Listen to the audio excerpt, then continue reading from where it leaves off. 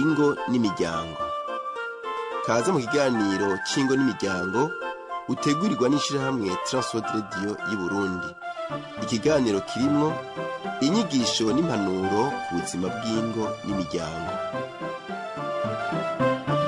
Ndagoye mwiriwe nshuti mgenzi mukunze kw'ikiganiro ingo n'imiryango utegurirwa n'ishirahamwe Transworld Radio y'u Burundi. Uri kumwe na Rodasman Rakiza ndiko ndayigushikiriza. Mu kiganiro giheruka twasozereye tuvugana kw'abubakanye badakwiye kwahukana. Twaje ku majambo y'Imana avuga ngo nuko ico Imana yamatanije umuntu ntazakimature. Yinjiye mu nzu abigisha bongera kumubaza iryo jambo, arababwira ati umuntu wese yirukana umugore wiwe akabira uwundi abasambanye kandi amuhemukiye, kandi nawe ubwiwe niyahukana n'umugabo wiwe akabirwa n'uwundi azoba asambanye. Urabona aya majambo n'amajambo akomeye. Yego. Cyane vume ikibazo cyahise ukwahukana. Oya nukumvikana bakagumana.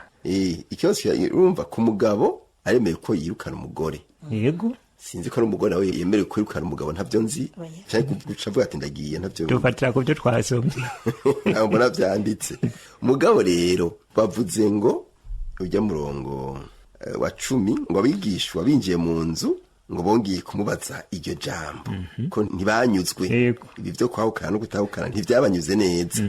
Inyishu yabishuye babwiye ngo umuntu wese yirukana umugore wiwe akabira uwundi abaguye muri caca yamufatanye n'uwundi nyene yahukanye n'umugabo wiwe akabirwa n'uwundi nawe nyene baguye muri cacaha bariko barazizanya. None wumva icoroshe ari ikihe? Icoroshe nuko umuntu yajya umutima amenyo kuko ari umugabo cyangwa ari umugore afashwe muri iryo kosa ingingo ibimufata. Rero kuri watafashwe mvuga ntiyajya umutima amenyo agahumiriza agasenga kugira ngo Imana imukomeze aronke ingene atanga imbabazi. Amaze gutanga imbabazi bace bicara hamwe kugira ngo basenge kuko ico gitero ntaho bazi aho cyo cyazananye kuko Satani ngo arikurikiza abana b'Imana kandi Satani ntanezererwa n'ingo zirimo amahoro. Keshi rico cyaha ni cyakunda guteza abantu kugira ngo babane badahuza. Rero nari mvuze nti ingaruka zo kwahukana ubwo nyarutse ingaruka ngato cyari kuri ijambo. Urabona hariho abantu bavuga ati jewe ko ndamwirukanye kandi yafashwe akora ibyaha by'ubusambanyi ngira ndongora uyundi aravyemerewe.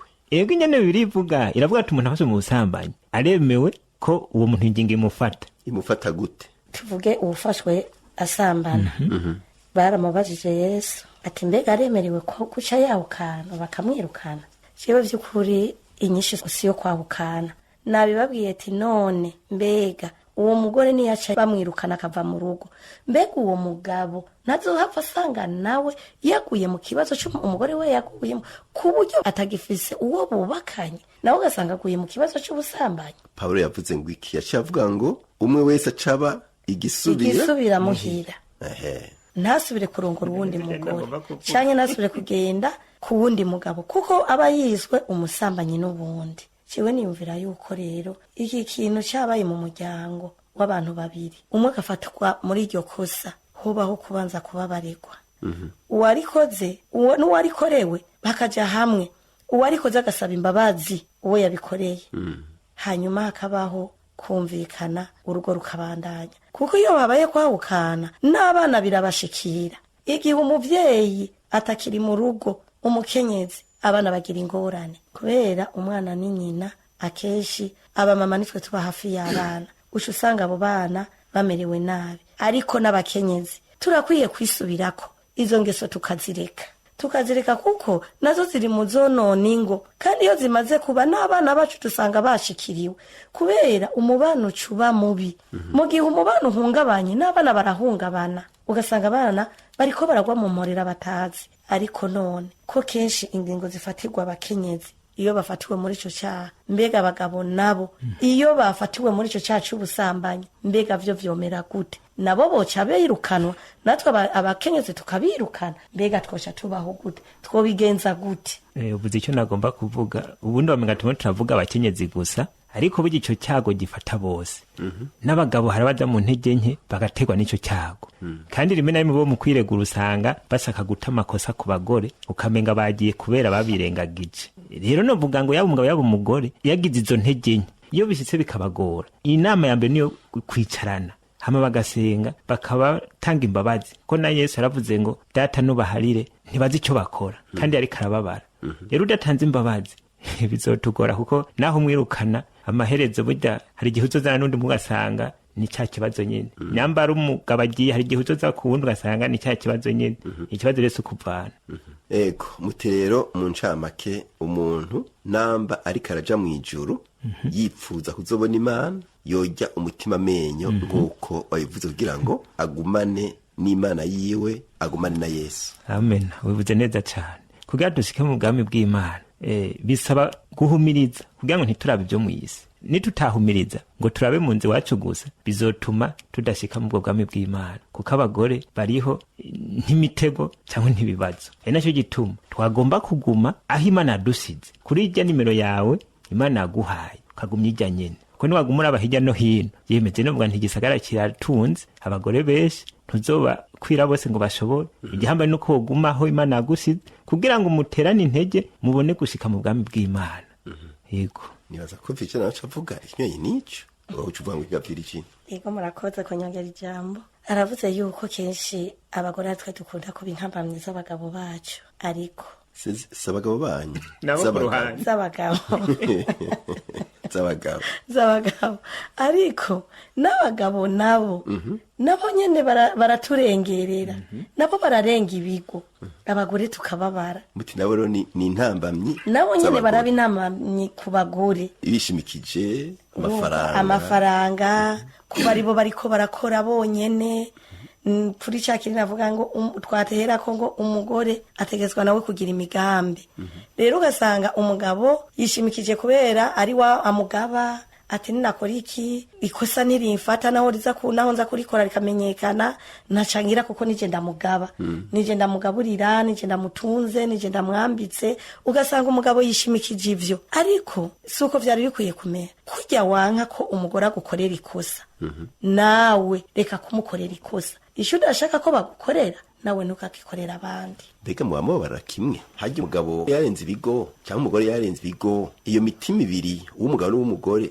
iyo bibabara nkaco kimwe canke hari utababara. Yego cyane natwe twumvise ko mushinga naye yarenze ibigo umukenyezi arababara cyane kuko nakubariye yuko biri mu bihungabanya umutekano mu rugo kandi iyo umutekano uhungabanye nakubwiye ko n'abana babura amahoro nabo bagashikirwa natwe turababara iyo twumvise yuko umushinga ntahe yarenze ibigo ucubona kumenga arakumara maje nta n'ijambo gifise mu bakenyezi nkawe ucubura umenga aho ugeze mu bakenyezi uramaramara kubera iki ucuguma wibuka vya bindi umugabo wawe bamubonyemo byukuri natwe biratubabaza cyane ukabura amahoro ahubwo ukagenda nyene nk'ikimaramare kamaramara kuko umugabo bamufatiye muri ivyo vyaha simwe mwenye n'abagabo natwe abagore biradushikako bikatubabaza.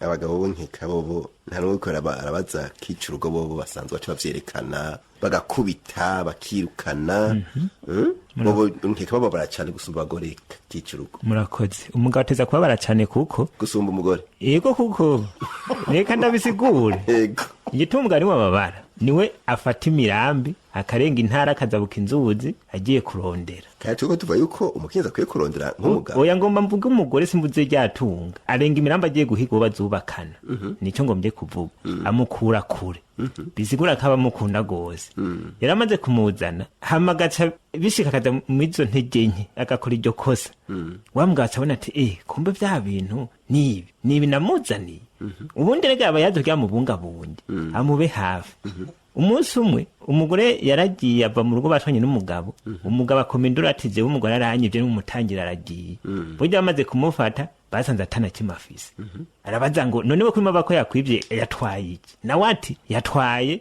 ivyanje nyene ndabivuze kongera muravyuba rero bisiguriye umugabo arababara iyo yumvise ko wiwe yarenze ibigo kuko je novuga ngo mbone urugo abakenyezi birinde gukora amakosa gushavuza abagabo canke kubima ivyo bategereza kubaha mu mpande zose kugira ngo bakinge uwo mutego kuko abagabo benshi bakunda kugaragaza ishavu bakaja mu mayo makosa bitwajije ati vyatumwe n'umugore hari n'umugabo nzi yatelefone umugore waranka kumwitaba kubera iyo mvo gusa mu minsi itamaze n'ukwezi yisanze yaguye nk'iryo kosa kubera avuga ati n'umugore wanje no munsi ntitugihuza niyo ndamuhamagaye nkanyitaba umenga abagabo rero babona kumenga bahoze umutwe cyangwa babona kumenga baronka amahoro bagiye muri ibyo nzembuze nta bakenyezi birinde kubuza amahoro abagabo kuko iyo umugabo abuze amahoro abona kumenga kuronka amahoro no kurenga ibigo nico abagabo bese bitwaza mugabo si wo muti twe tumo turondera umuturama utumize ngwane zitabandanya kuboneka ntuko tuzibona yego Virginia wigituma ngo abagabo babara cyane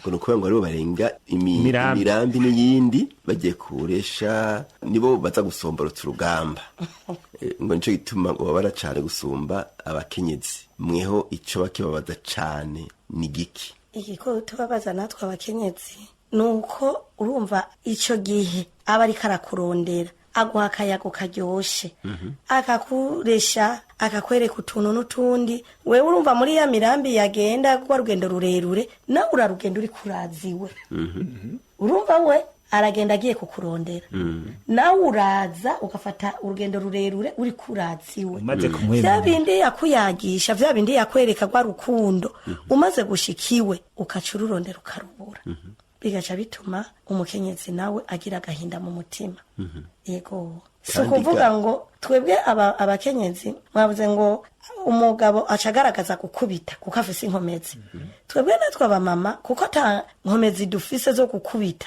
ico dukora nico uzosanga benshi baca bahukana kubera iki kubera atanga afise zo gukubita wa mugabo ico akora kubera ishavu ryinshi umenga umukenyezi yoca yicira urubanza aca hitamo kwahukana ariko ku bantu bakora uko nabo agaca atekera utwe wakahukana siyo nyishu ahubwo inyishu nuko buba hamwe bakavugana ku kibazo cabaye ha mu rugo rukabandanya. Turakengurukiye abaduteramishije Kicurugo Pascal hamwe na Ntuzwe n'Imana Virginie, dukengurukira nawe warutse yompi ufite ikibazo cyo cunganira telefoni 71 amajana 24 ijana na 57 canke 39 amajana 499 amajana 619 cyangwa dusanga aho dukorera imirero ya mbere ibara gitiriwe jere inimero 27 Yesu abahezagire.